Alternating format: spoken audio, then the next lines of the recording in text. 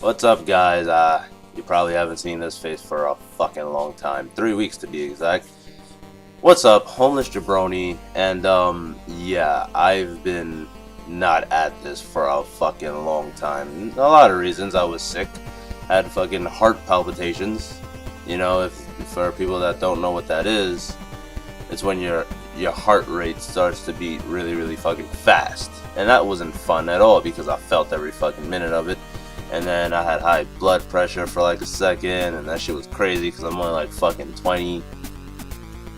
And fucking allergies made my life a living hell. I had relatives over, so I didn't have the privacy and to make a video, and it was really fucking serious for a minute. But you guys don't give a fuck about that. What I'm here to review today, to get back into the swing of things, I'm gonna review the One Piece special, the 3D 2Y special. Now this special, it takes place during the 2-year time skip, and it's interesting because we get to see how Luffy develops his haki, how his haki training really is coming along, and this is when he really just started to get a grasp on what haki really is, which I thought was really cool. And one of the cool things about this special is that they show one of the escapees from Impel Down, and I've noticed that they've been very heavy on that lately, because I don't know if you guys know the DS game or slash PS3 game One Piece Unlimited World Red, where there's a villain who also escapes from Impel Down, who's like on fucking par with like Roger and Whitebeard and shit, so it's like, whoa. But this dude, he doesn't seem anywhere near that level, but this dude is, make no mistake, BRYNNDI World is fucking a monster, son. It takes Luffy, it's traditional One Piece shit, it takes Luffy like 5 fucking times to beat the guy. But dude, he's a fucking monster. He has the more and more fruit, and more in terms of he can increase something in size and mass, and he can increase his own speed or increase the speed of whatever the fuck he chooses. So if you really know how to use that power, that's fucking dangerous. And he was a master at hardening haki. It seems that was his real special ability. And his hardening haki combined with his fucking ability was serious, because he was just like Virgo in the sense that he had like the full body hardening haki, and this dude could control it. And when he broke out of this, is the whole interesting aspect of this is like, if dudes like BRYNNDI World came out of Impel Down, like, yo, what other dudes could we be seeing that came from level 6 of Impel Down, I'm fucking curious now, because BRYNNDI World is a fucking, for the dudes that haven't seen the special, man, like, he's a fucking monster, man. One of the things that he does in the film, as throughout one of the course of his and Luffy's fights, is that he picks up like a rock and he throws it at Luffy, and he makes it like bigger by like 50-fold, I believe, and he hakis it up. So he throws the rock at Luffy, and it's a big ass armament haki boulder, and it just crushes Luffy. And like, I'm like, dude, this guy's a fucking monster. And the animation was really fucking good. Like, bro, it was really fucking good.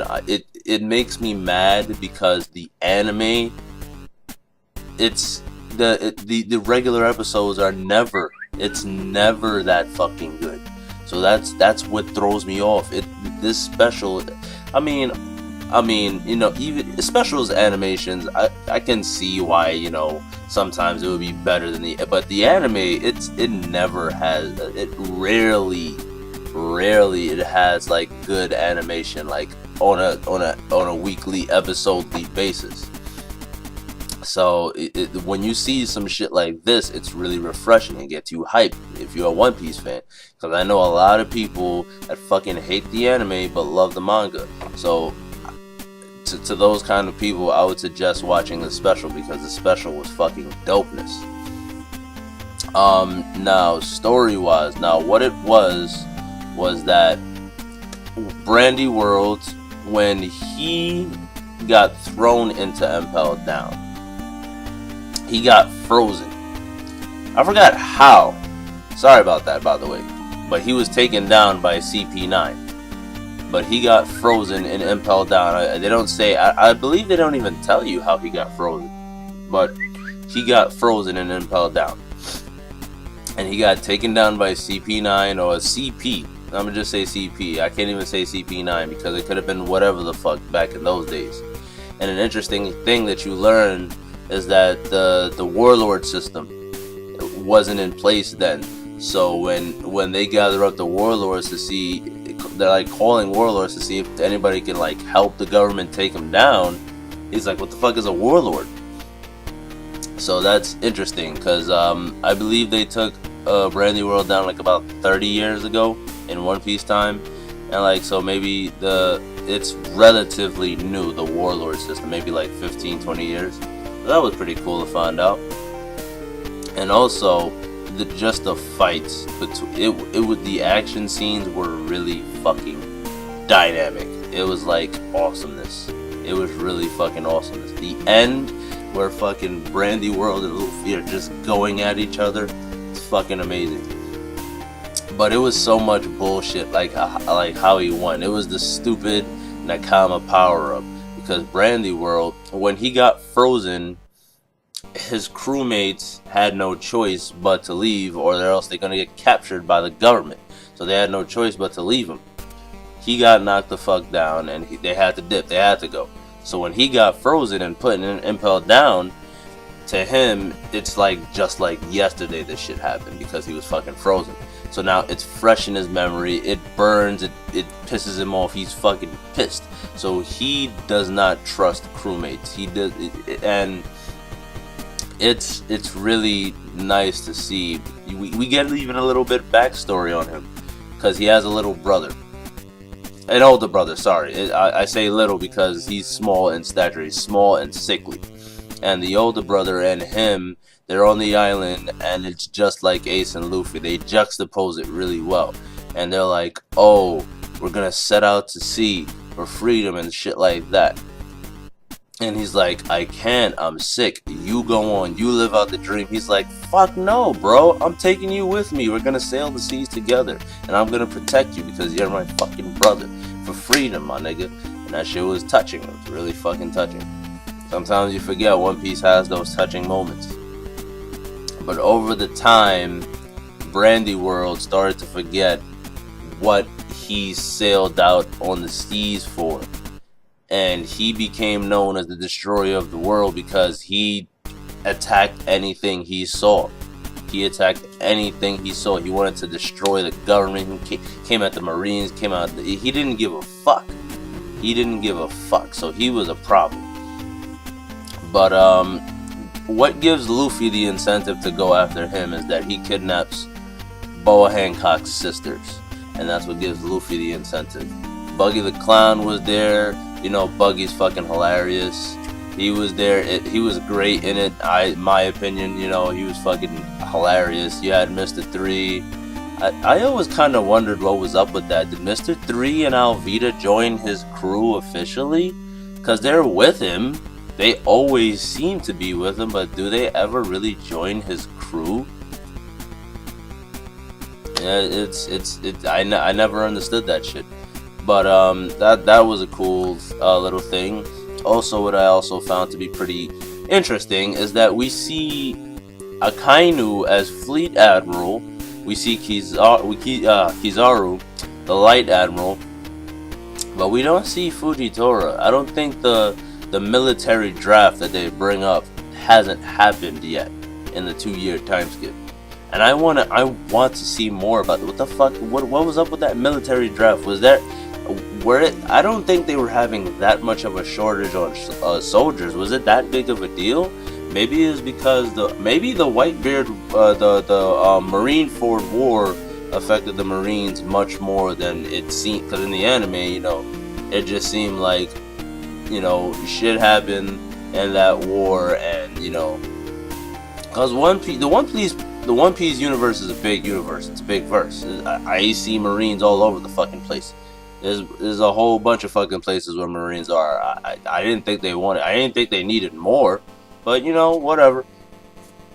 That military draft is supposedly that serious, so I guess, man. Hey, but Fujitora wasn't there, and which reminds me, we have yet to see the other admiral, I believe. So there you fucking go. It would have been nice to have a sneak peek at him. And one thing I'm kind of disappointed for is that as they were teasing this movie, they had the secret. So it wasn't really secret hockey train. Rayleigh just told him what he needed to do. Luffy did it, and he didn't complete. At least with hardening hockey, he didn't completely master hardening hockey until like all the attacks that you well, not the fucking third gear armament hockey attacks, but like the regular, the fucking Red Hawk, the fucking forehead shit, you know, all that shit. But except for most of the third gear shit. Truthfully, Luffy doesn't even really beat Brandy World. Brandy World still survives in the like he gets back up after Luffy, you know, fucks him up, and like that. Yeah, One Piece is interesting that way. But as far as it goes, the special was really fucking good. I have some problems, but they're mostly nitpicky. I'd give the special an 8 out of 10, man. It was really fucking good.